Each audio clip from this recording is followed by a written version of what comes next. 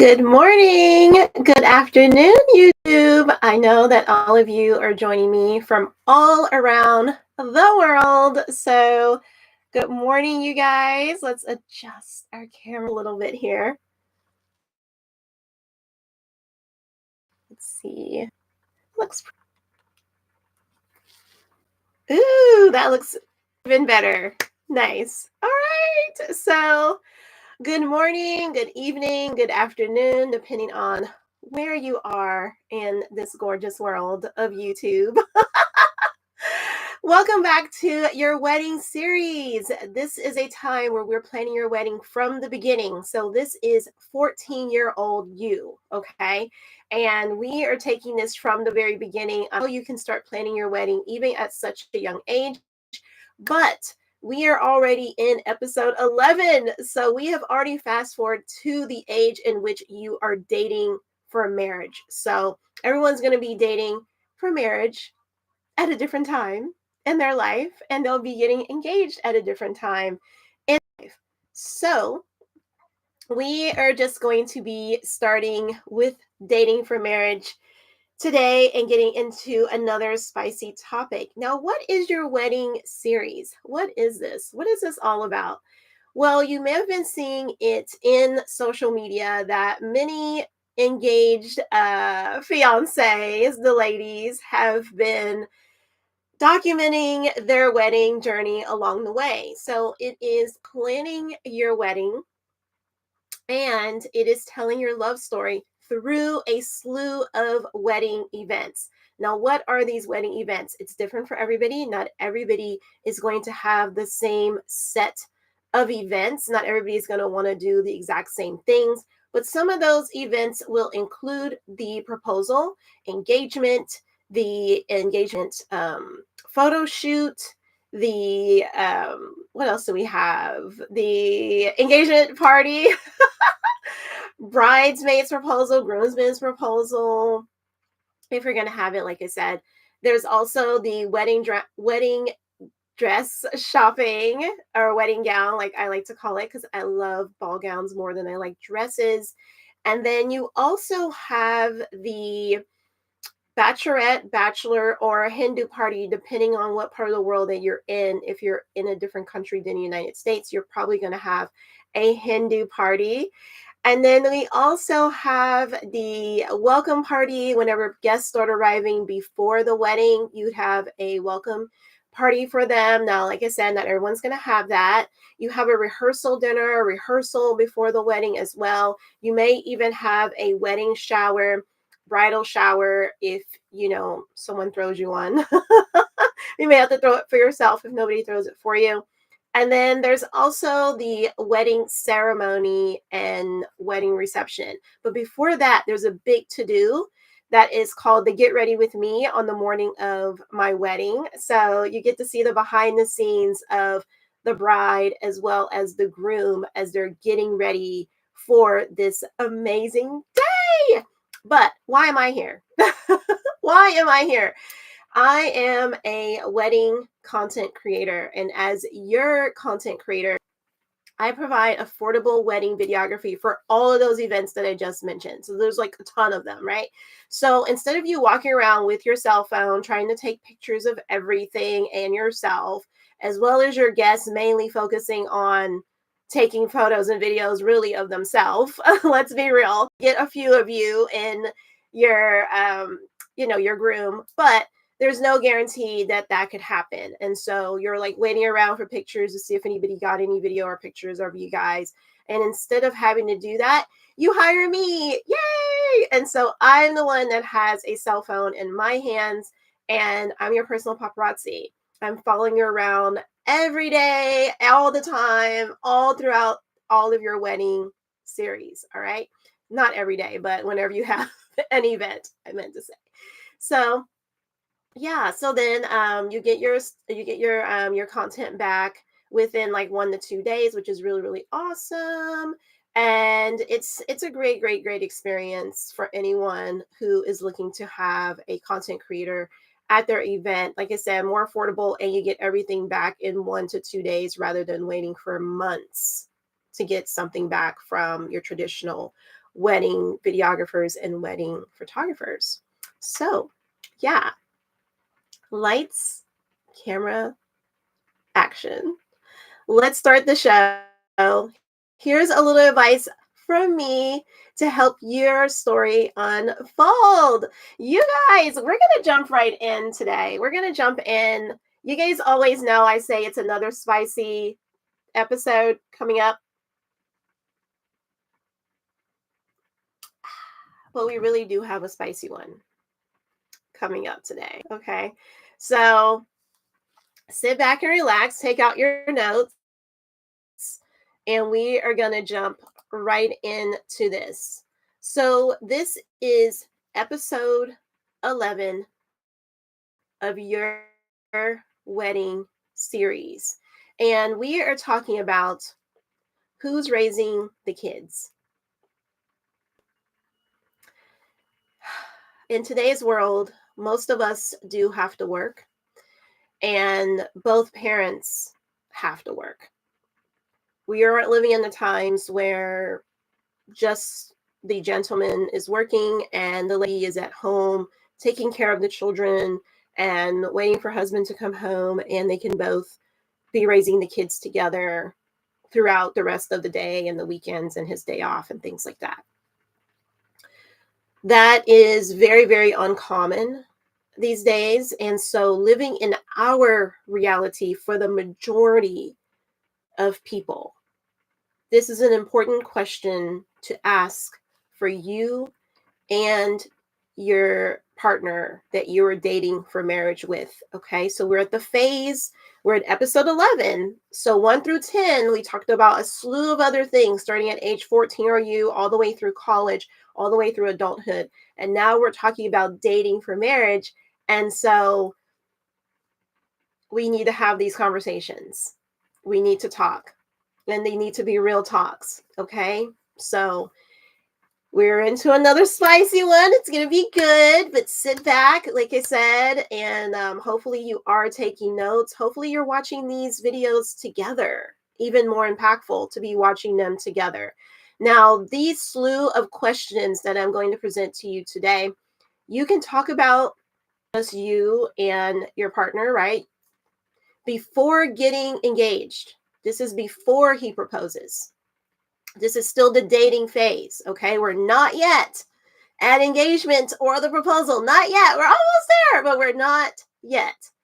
And so remember when we talked about dating in groups and accountability, getting a mentor, having counseling, having counseling during this dating for marriage phase, having counseling during the engagement, having counseling during the wedding journey, like the wedding planning journey for the big day, as well as counseling during your marriage. You need mentorship. You need counseling throughout all of it.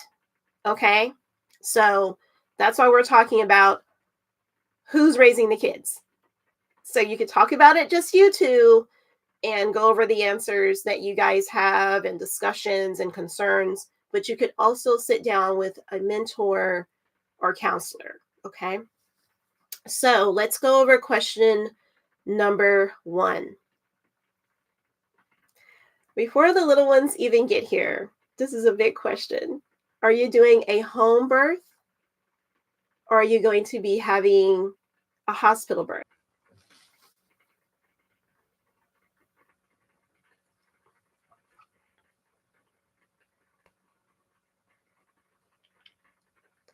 All right, team, we are back. It looks like we had some very interesting technical difficulties. So let me make sure that we are completely back up and going. All right, so it looks like we're completely back, which is good. That was a very interesting pause. So let's hope that everything is completely back. All right, so here we go. Let's try this again. All right.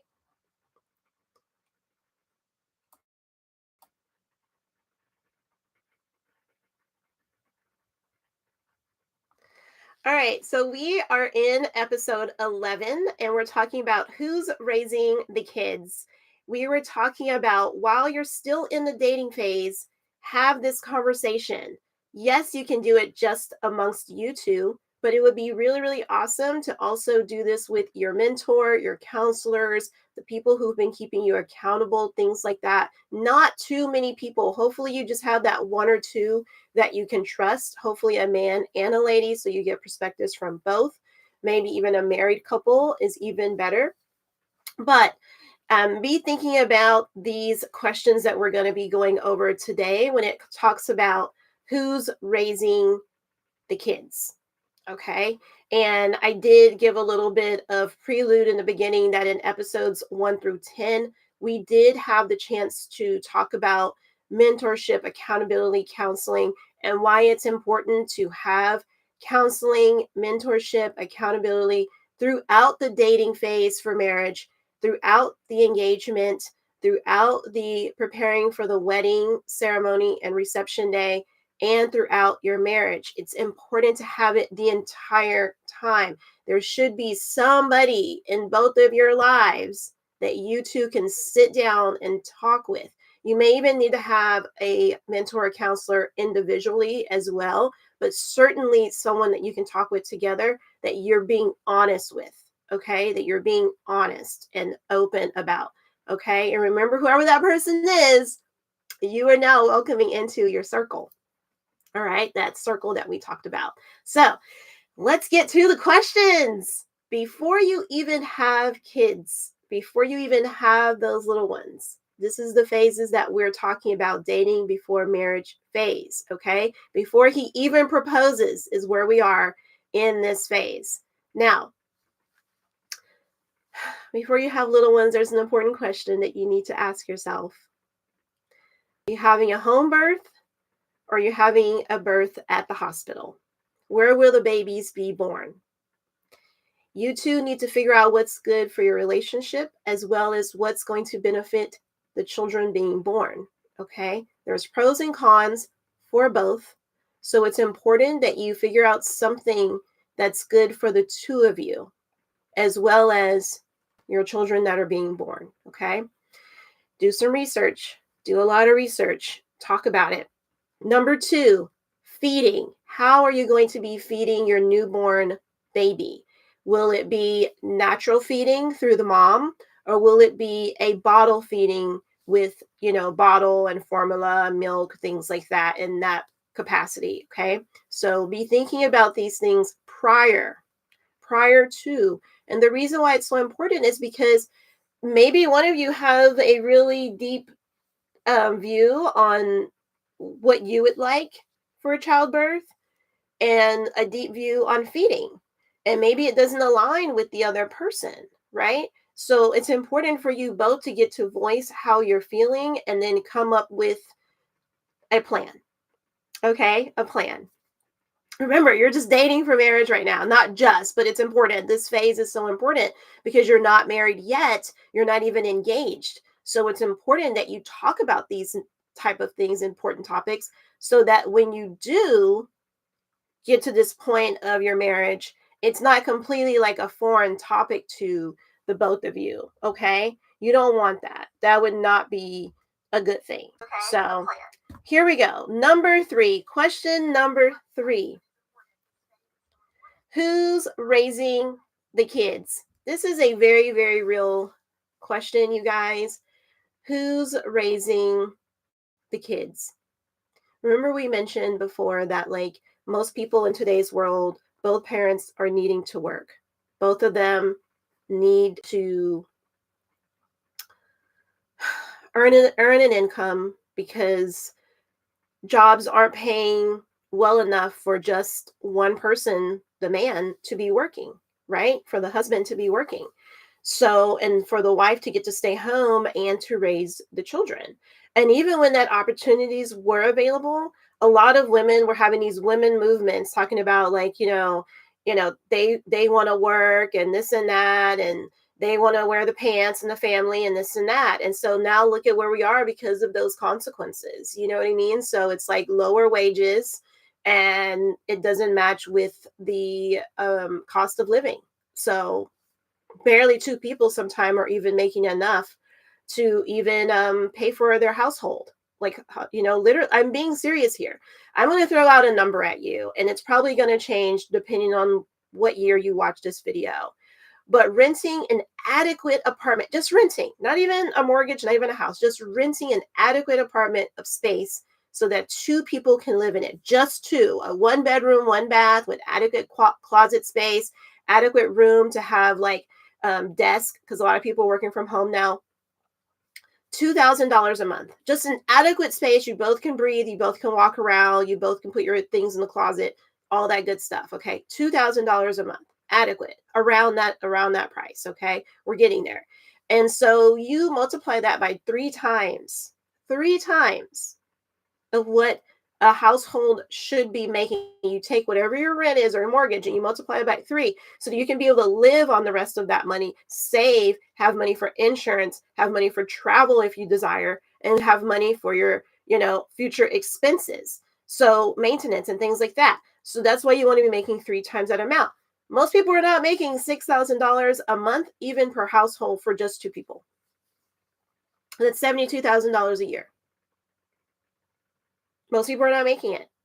Guys, these are real talk. This is real talk with real figures as of the year that I'm making this video. So we have to remember that 2 parents are probably going to have to work, right? 2 people. Who's going to raise the kids? Who? Is it going to be your grandparents? They're probably still working too by the time you get married. Even if you wait to get married in your 40s, they're probably still working too. Some of them are working well into their 70s and 80s years old. So you have to sit down with yourselves and you have to say, okay, who is raising the kids? Who else do you have? Aunt, uncle, are they raising your children? Do you like their perspective on life? Do you think that they're adequate for raising your children? Is it the nursery school? Is it the public schools? We're going to get there in a minute about schools, but is it the school that's raising your children? You got to think about all of that. That's not always aligned with how you view life. Okay? Who else could you think of that could potentially be raising your children when you're at work? We're just talking about at work right now.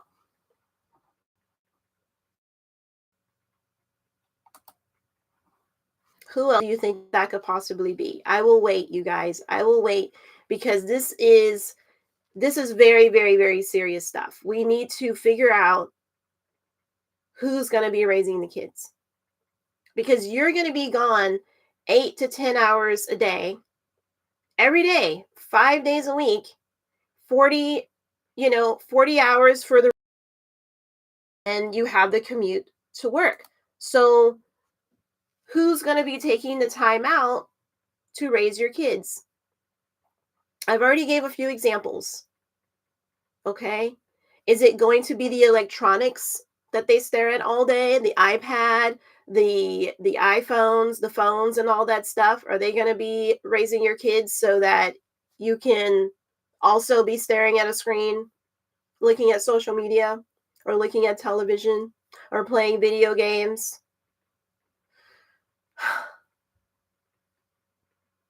We don't want that, guys.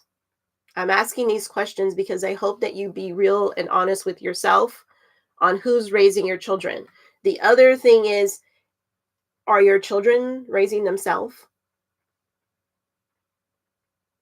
I know that you're not married yet. I know that when you're watching this phase of the videos, this is specifically talking to people. This is catered to people who are in the dating for marriage phase, who are not married yet. Or maybe they're trying to get their marriage back on track and get things back in order for their lives. Or you could be also watching this video potentially. Okay. So let's keep going. Let's keep going.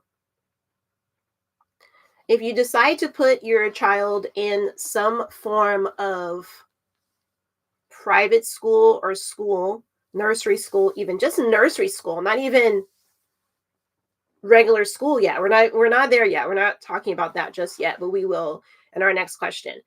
But are you having to pay for that nursery school? Because nursery schools are not for free.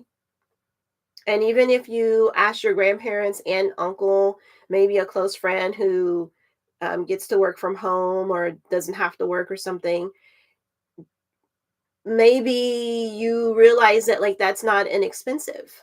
They've got to make a living too, right? They've got to make a living too. So they're raising your child every day for 40 plus hours a week. It's Guys, it's a lot to think about. I wish that we still lived in the time where when Adam and Eve were punished and they ate that fruit. And so what happened was now Adam had to labor in the field for their food every day, right? So he was put to work. And the woman's curse was for her to labor in childbirth, for it to be painful. And then obviously, because he's out laboring in the field, now she was going to be doing the core part of the daily raising of the children, right? But then we also were going to have him, the husband, in the evenings when he gets home from work, from being in the field, also being a huge part of those child's being raised and on his days off on the weekends and stuff. So you got to ask yourself these questions. Number 5, homeschool versus public school. That's another one that you got to research. Public school is not cheap. Homeschool is not, public school is not cheap because you pay with the things that the consequences of things that they teach your children. Homeschool, that's not cheap either. You've got to find the curriculum somewhere if you're going to do it yourself. So that's not going to be cheap.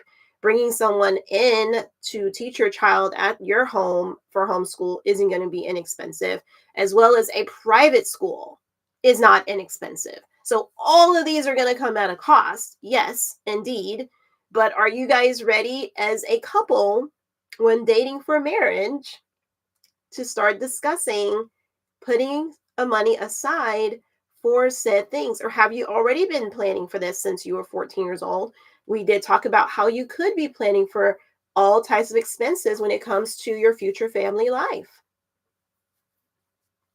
We don't think about this when we're 14 years old and we're getting our allowances, when we're 16 and we get our first job. Some people are getting jobs at 15 out here on the East Coast. I was really shocked by that because I didn't grow up in this part of the country originally.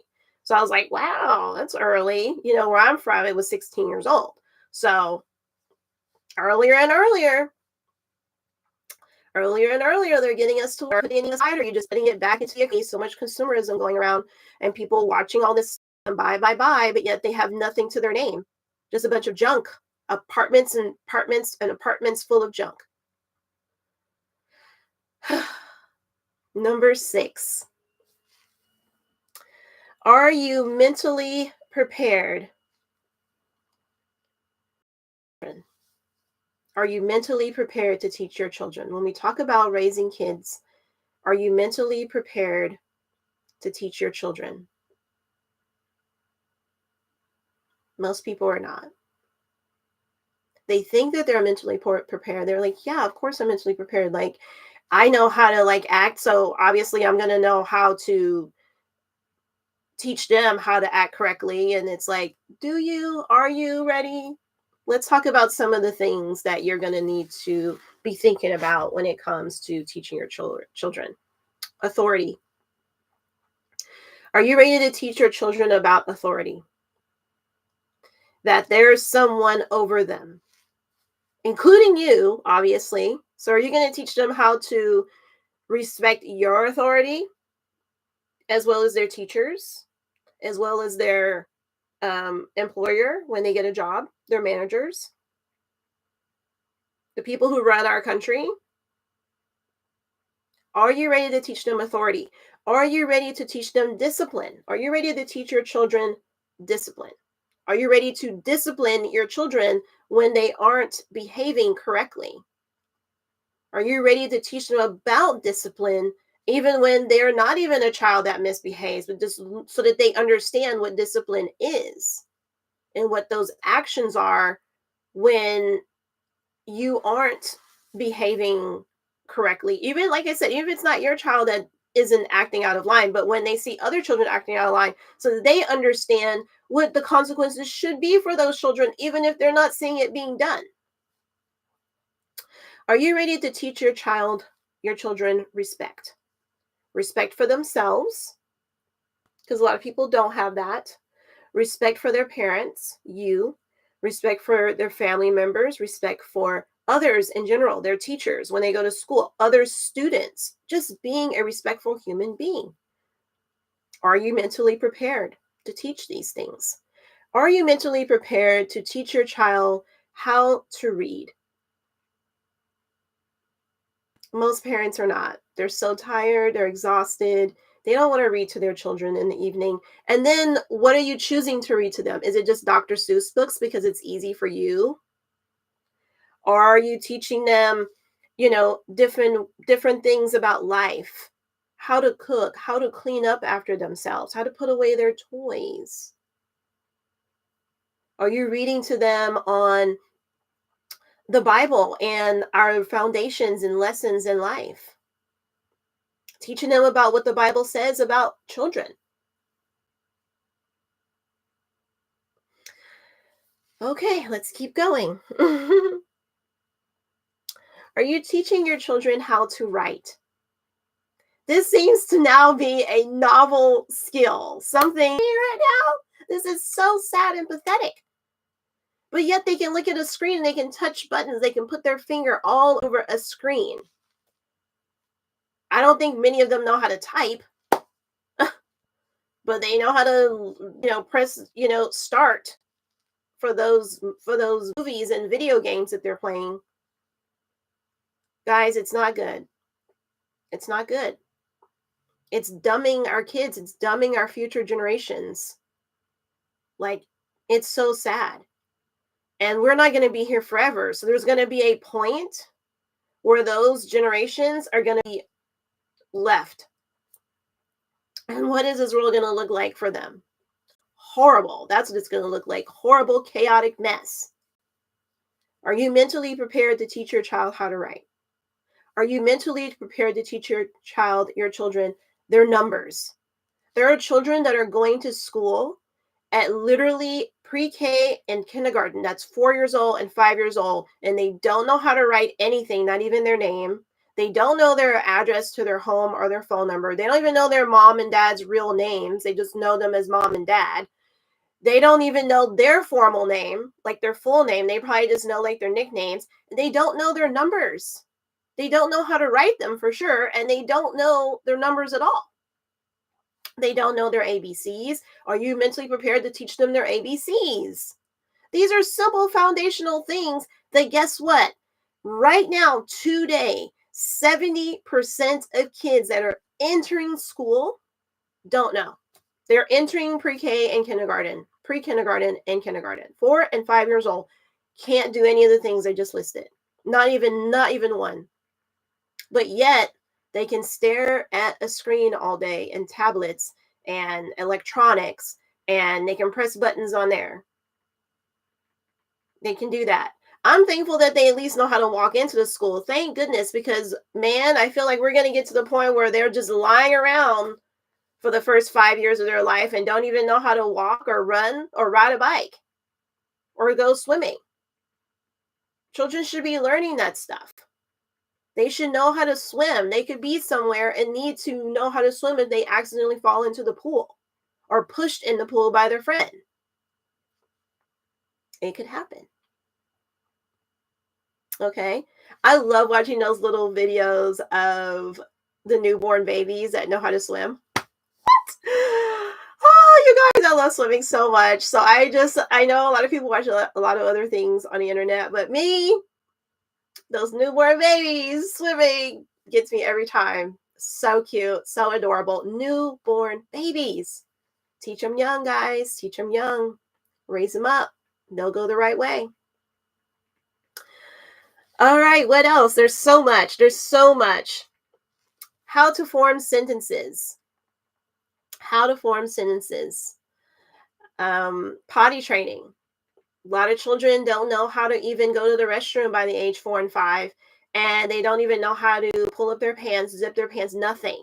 Nothing. They don't even know how to dress themselves. What is happening? What is going on? I'll tell you what's going on. The parents are so busy working, they're so tired that by the time they get home, they just want to eat. They want to watch some TV or play some video games or, be on social media. And then what is it doing to your brain? It's just making you dumber and it's making you exhausted all the time. You're always tired. You're always tired. And the first thing that you look at in the morning is the screen. You look at your phone, you see what you missed, you see how many likes or comments that you got from the day before. What is going on? And the children are just raising themselves and being left behind, staring at screens just like you, falling asleep with phones and tablets. Bad things happening in our body and in our brain. I don't want to say the C word or the A word, but the AU word. But there's a lot of people now, because we're going to talk about you in a bit, but it's a lot of people that have all this stuff and realize that like electronics sends like waves through your body and stuff, and that's why you're so tired and that's why you're so drained all the time. Just being in front of a computer is draining. And you come home and you sit in front of more electronics. Come on, let's get it together. I mean, so many things are due to this, as well as environmental. We can't forget about that, and food and all kinds of other nonsense. All right, are you teaching your children how to follow directions? How to form sentences, how to follow directions, how to have thoughts? Are you mentally prepared on how to teach your child how to behave, how to act right at home, in public, in their room, when they're at school? So, not just, when they're out in public somewhere, but also at home and in their room. Do they know how to behave and act right? Have you, I'm saying, like, obviously, I'm talking to people that are not yet married, but are you ready mentally to do these things? Well, I could be talking to people who are already married and they're trying to get things back on track. Okay. So it's to both of you. Have you taught your children, or are you teaching your children, or are you being prepared mentally to teach your children hygiene, grooming, healthy habits? Okay. A lot of children don't know how to brush their teeth. They don't know how to comb their hair. I mean, that one's a little bit more difficult. So you're going to have to help them with the hair thing. Hair can be a lot. Hair can be a lot. Okay. So yeah, you got to help them with that. But you definitely need to be teaching them how. Just because it's difficult doesn't mean that you're not still teaching them and showing them each day and letting them practice it. Okay. Letting them practice it, you watching them and showing them how they can do it better. If they can hold phones and tablets and press buttons all day, you can teach them how to swoop their hair, how to do their bangs and stuff, how to brush their hair down, okay, making it look nice and neat. Depending on your ethnicity, some of us just kind of use our fingers as a comb. We don't use as many like tools and stuff. We do use some, but not nearly as often or as much as others. So depending on, your ethnic background. Depending on your ethnic background. So, yeah, are you teaching them these things? Hygiene is so important, you guys. Like, one thing that I don't like is to see adult people who don't brush their teeth, adult people who don't wear deodorant. And it's because probably as a kid, guess what? They weren't being taught this properly. They weren't being taught it properly. I mean, there's a lot when it comes to hygiene. So you need to be looking at yourself as well and hoping that you're being a good role model of all these hygiene practices and then passing it down to your children. So those of you that are in the dating phase for marriage, this is a real conversation to be having. Okay. To teach about manners. Okay. It's important to have manners in all situations. Even when you're at home, you think no one's looking, you should have manners. So are you mentally prepared to teach them that? And those of you that are already parents, are you doing that? Could you do that better? Okay. So the next part of this one is, are you mentally prepared to teach about attention span? So training them into the attention span realm. My little niece, when she was 6 years old, she came out to visit me starting that year each summer. And she had that habit of falling asleep with her phone literally in her hand. And I said, no, no, there will be none of that. Each day she got about 2 hours, and it was spread out of electronic time, about 2 hours. Some days it was a little bit less, but never more. And it was spread out throughout her day in the summer. So what were we doing the rest of the time that we're like awake, because there's 16 more hours left in the day, or 16 hours in a day total, sorry, other than we're sleeping for 8 hours. So then you have 2 hours taken away. So that's 14 hours left in the day of us getting to do so much other stuff. At 6 years old, I was teaching her about swinging on the swings. I was taking her out daily to learn how to swim. Oh, she loves swimming like a little fish. It's so cool.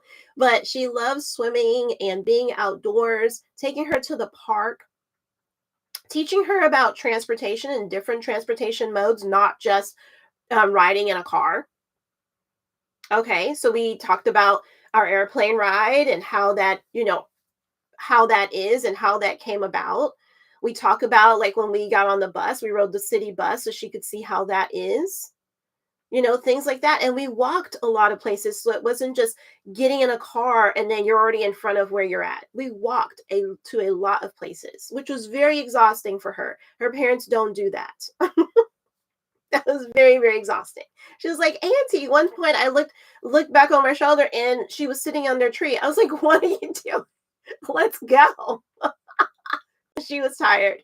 She was so, so tired. Her little legs had just given up and she just was like, I can't go any further. And I was like, we're almost there. You can do it. And she did it. I encouraged her and she got up and we kept going.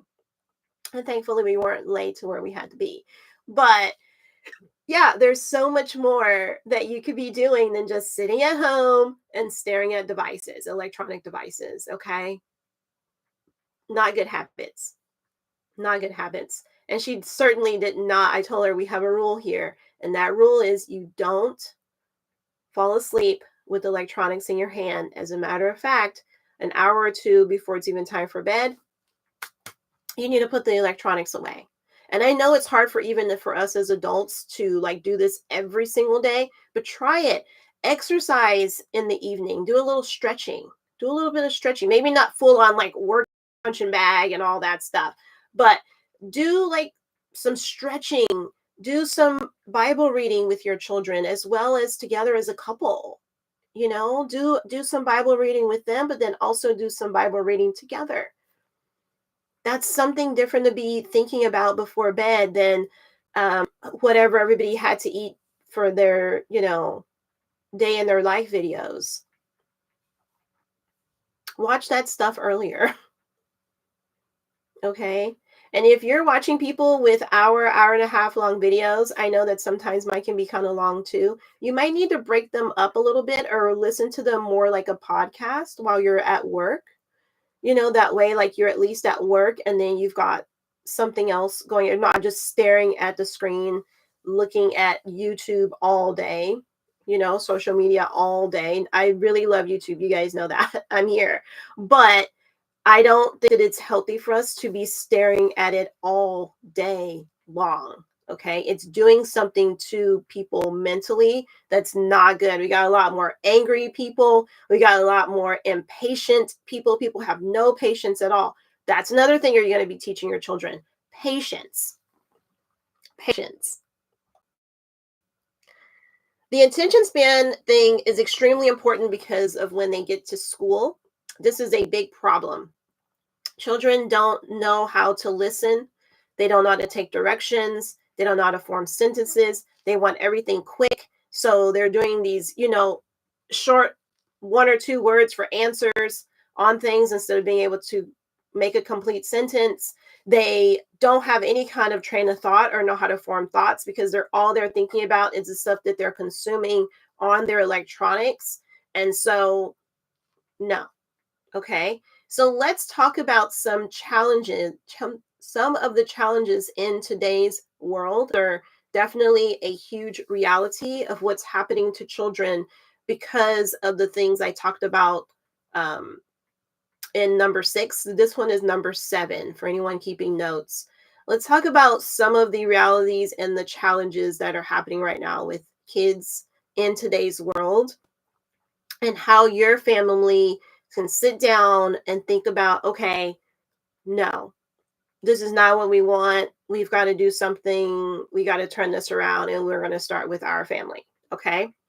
A lot of children are having a very victim mentality. Now, no one's not saying that there aren't children that aren't victims of something. Okay. There's a lot that's happening in people's homes, and I get that. But for every single child to walk around having a victim mentality so that people can have pity on you, no, no. So when you're dating for marriage, are you guys mentally prepared to teach your child to not have victim mentality? Are you mentally prepared to deal with this challenge, which is challenges of being a child of ADD or ADHD or autism?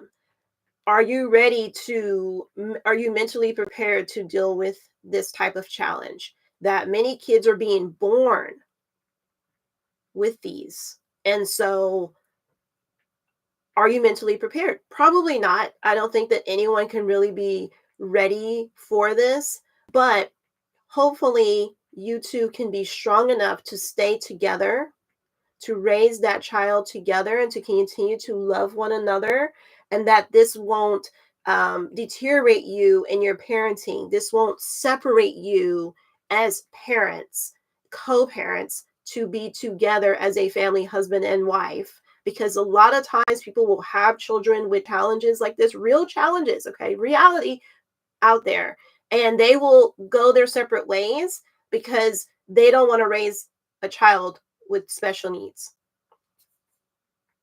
Okay. So that's something for you too to both be thinking about right now, that what if that happens? I don't want you playing a lot of the what if game. That's not good for any of us, but it's good to have conversations right now and talk about it. Just start talking about it and talk about your concerns that you think that you would have with that. If you guys are already parents and watching this and you're trying to get your marriage back on track, then this is something that, like, it needs to be talked about.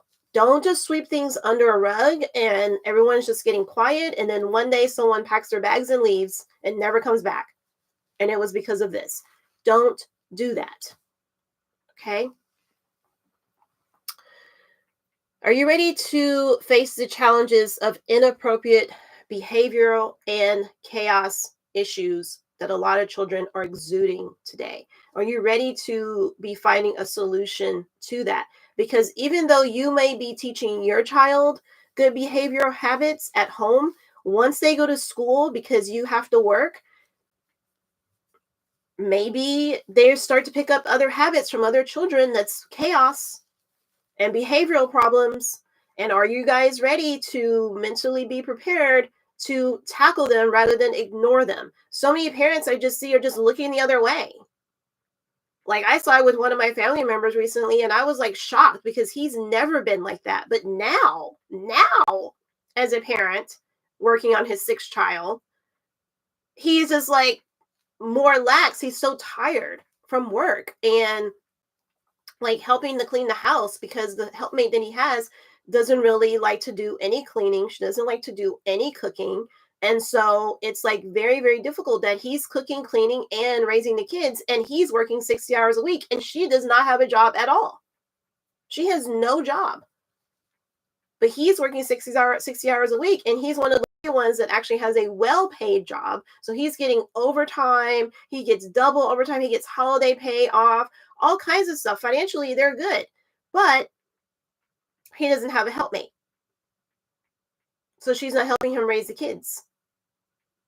I mean, they're there looking at devices all day, but she's not teaching them any of the skills that they need to continue to progress as children. This family member that I'm talking about, that's my immediate family member, is the one that has to do that when he gets home from work. So the children are the ones suffering because you got in a very, very exhaustive parent that's trying to do all of it. But that's because he did not take the time to watch episodes 1 through 10. I'm just kidding, you guys. He just didn't take the time to really assess things before getting involved with this individual. And so they didn't assess them together. They didn't vision for their marriage. They didn't vision for children. They just did the worldly stuff, found themselves now with kids, and now, which are a blessing, they are a huge blessing. I love little people. I love little kids. They're so cute and adorable, and I just love them. And like I told you guys before, I like having conversations with them because we have the best talks ever. You'd be surprised so many things that I've been able to teach little kids because they are a sponge. If you teach them, raise them up right, they will. But I don't know why parents are just, well, I do know why. Like we said, they're tired and they're focused on social media when they're not at work. And so even when they're at work, they're looking at social media. And so that in the video games are leaving these kids to kind of act out and wild out and tell the parents what they're going to do and what they're not going to do. And like, it's just all kind of wrong. It's just all kind of wrong. So attention span is something that is like very, very huge as a problem in today's world with not just children, but also obviously with adults, with them being pulled in so many directions and trying to keep up with social media.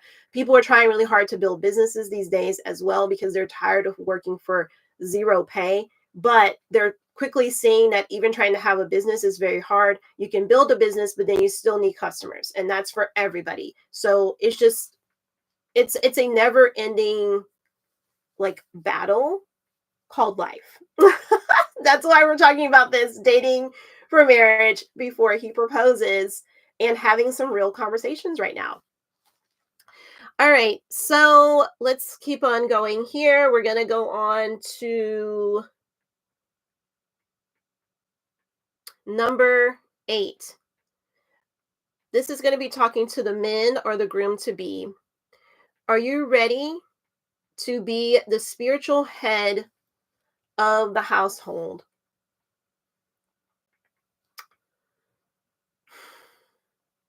We've talked a lot about this in the past, you guys, and so we're not going to belabor this topic as well, but it's definitely a question to now be asking now that you're dating for marriage.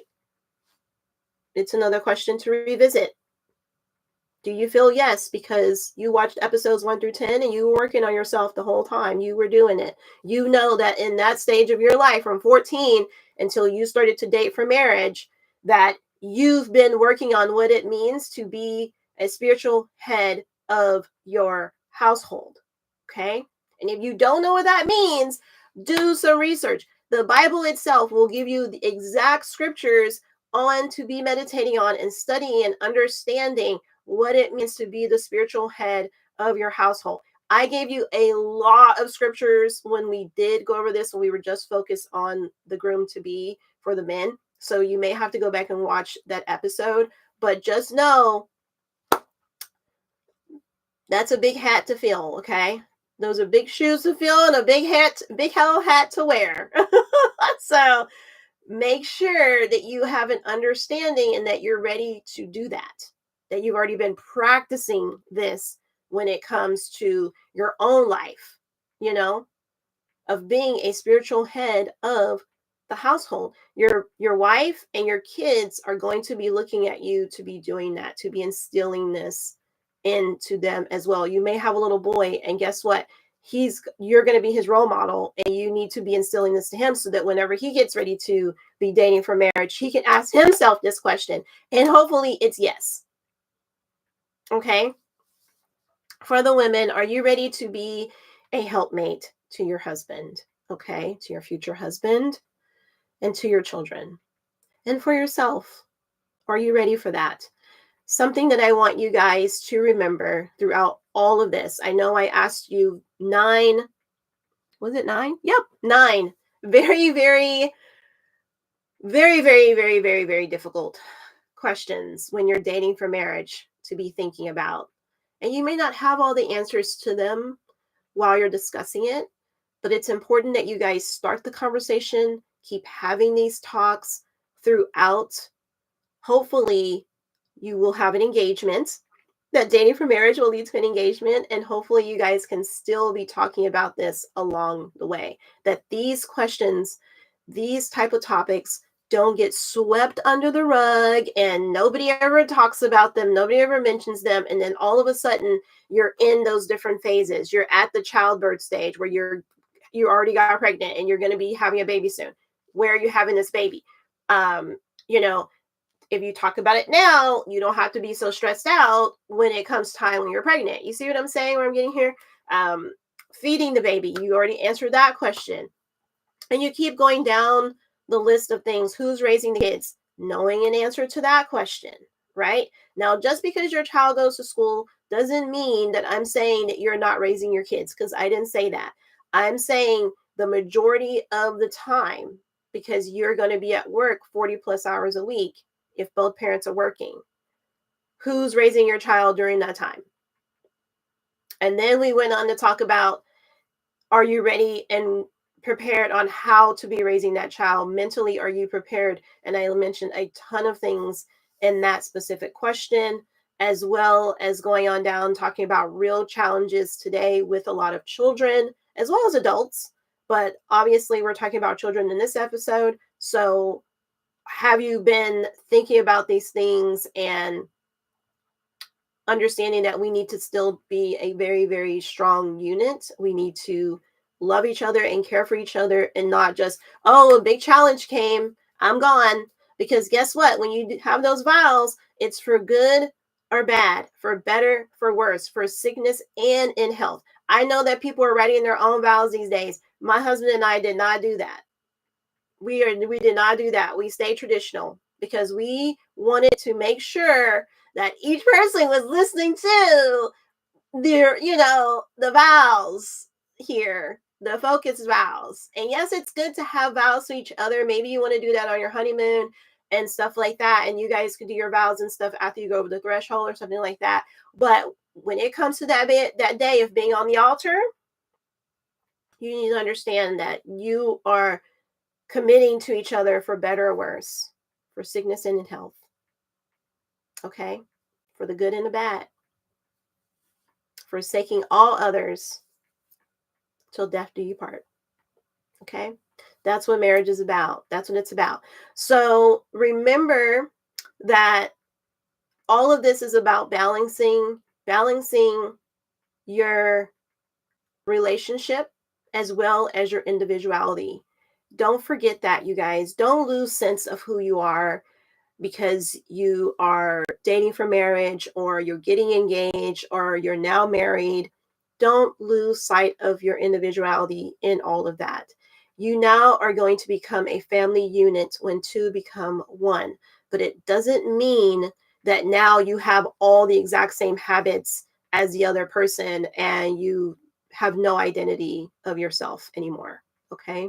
So we'll talk more about that in later episodes, but I hope that you lovebirds have enjoyed this episode. And if you got questions, let me know.